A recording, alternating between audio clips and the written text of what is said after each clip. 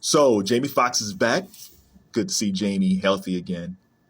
We weren't sure because people were saying that he was a clone.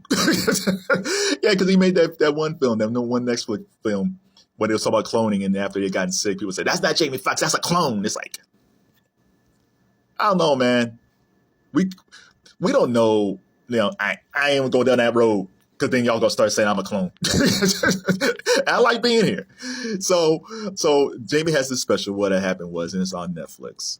And the rumor was, no, so Jamie has shot three of those specials in Atlanta, and they pieced them together. But they said while he was shooting it, during one of the intercessions, he kind of alluded to Sean Diddy Combs might have had a part in his illness. Now, since the special's been out, the media hasn't said anything about that. Because believe me, if Jamie would have said, "Oh, Puffy did this to me," they would have been all over it. So we haven't heard that. But there is a funny line in the special when it says, Jamie Foxx reveals he suffered a brain bleed and a stroke that left him in a coma for 20 days, fighting for his life. Quote, "I went to hell and back. I saw the tunnel. I thought I saw the devil. Or is that Puffy?" That's a funny line. That's a funny, because he's not really saying anything, but he is saying something. And prior to this, I haven't heard too much bad blood between Jamie and Puffy. Like, Jamie went to one of his parties, and that's about it. What Jamie did mention, I will say this: like, before he got sick, I think Jamie said he had went to a Puffy party and he recorded something, and not long after that, Jamie got sick. So, coincidence? I don't know. But yeah, but it's unfortunate, man, that Jamie got sick. And I'll get into Jamie in seconds. I've had friends within the past decade. I have two really good friends who had strokes, and it was different levels of strokes. And they're both young, both men, black men, both great guys, both different dudes, but great guys. And it was bad. And they both recovered. One's better than the other one. But you notice the difference. Like, my one friend, we would be talking, and he would try to find the words to say because it messed him up a little bit. They caught his stroke early enough where he had a minor stroke. It was tough sometimes because we would be talking, and would be vibing, and all of a sudden he would just freeze for a second. He just couldn't find the words. It was frustrating for him, and for the profession that he was in, that he's still in, he wasn't sure if he can keep on doing it because part of his job was, which he loved, was recall. And his recall was great. It's still great. Yeah, he's pretty good now. So but it was frightening. I was having a conversation. Hey man, take your time. And my other friend, he's cool. He's still got a ways to go, but he's here. Where I saw him in the very beginning, where he is now, strokes are hard, man. Now, in Jamie's case, we don't know exactly how he got that brain bleed. But I will say, for anybody, get your blood pressure checked. Make sure you get your physical. A simple thing you can do is, in the stores, they have these machines where you can just go get your blood pressure checked, right? As a kid, I used to do that all the time, just fooling around. It's like, oh, let me put this cuff on and let it pump me up. And but you do it as a kid. But I would say if Target has one, if Walmart has one, any store, I would say if whenever you're in the store, if you're around it, just go get your blood pressure checked. It might be okay, it might be fine. But if you know it's to be a little bit high, get it checked again. And if you know it's being high, go see your doctor. If you don't have a doctor, go to the ER. Just kind of make sure you're doing okay. Or if you have a lot of pressure, because sometimes you got to put a lot of pressure on yourself. It doesn't matter if you got a high pressure job or it's just home life or you're a student, because young people can get strokes too. Take a break. Don't put so much, because sometimes the mental strain kind of causes things. And sometimes it's just genetics. Sometimes it just runs in your family, so you have to get yourself checked out.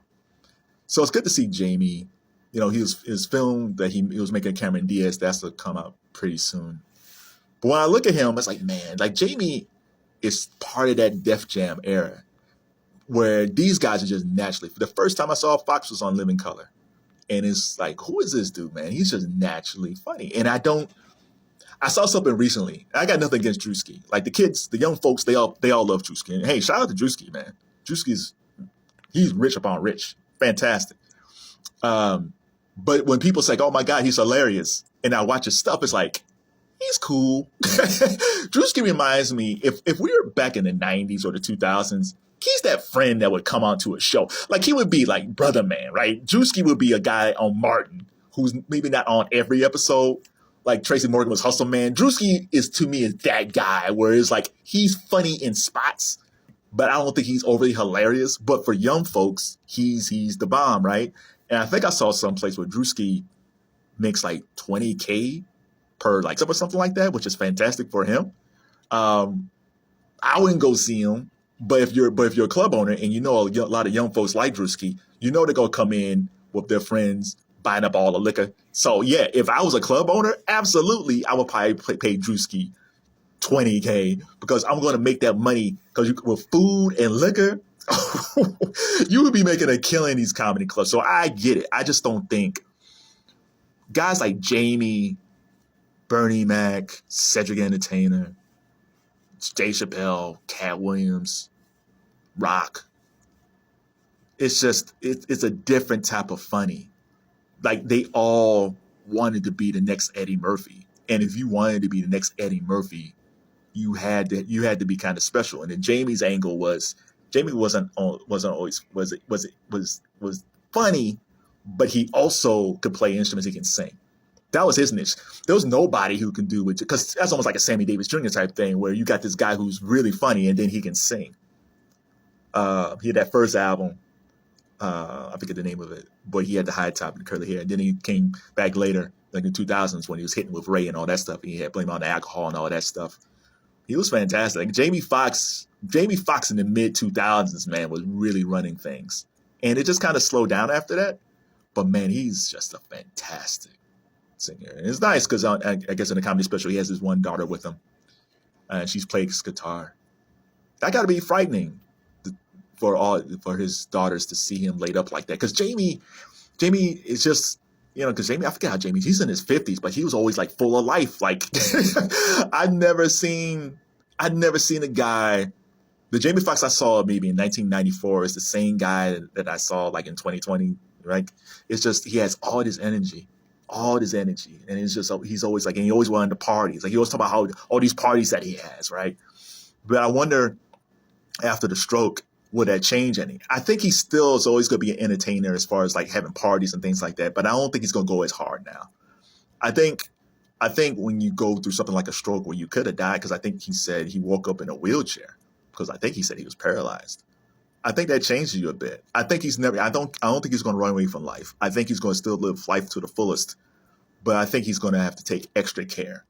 Like he can't party like he once did. He got to pay attention. Like I do wonder, because if they don't have a clear idea how he got that brain bleed, I do wonder will he be slightly suspicious about who's in his world right now? Because if they can't find a medical reason why this happened, or if you found out that he drank something, and again, I don't know, but if you found out that he digested something, he got to think, well, who did this to me? Who's close enough to me who would ever do this to me? And again, we don't know. And I feel like he's going to save that for a documentary or a book. And if he does do something, and if it's in the book, that's going to be a bestseller.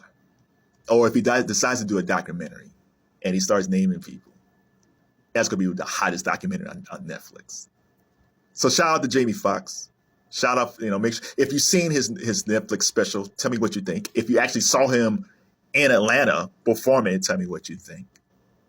What's your favorite Jamie Foxx movie? What's your favorite Jamie Foxx performance? I still kind of Ray Collateral, fantastic, right? But I still like the Booty Call. I didn't like Booty Call when it first came out because it came out the same week as Rosewood.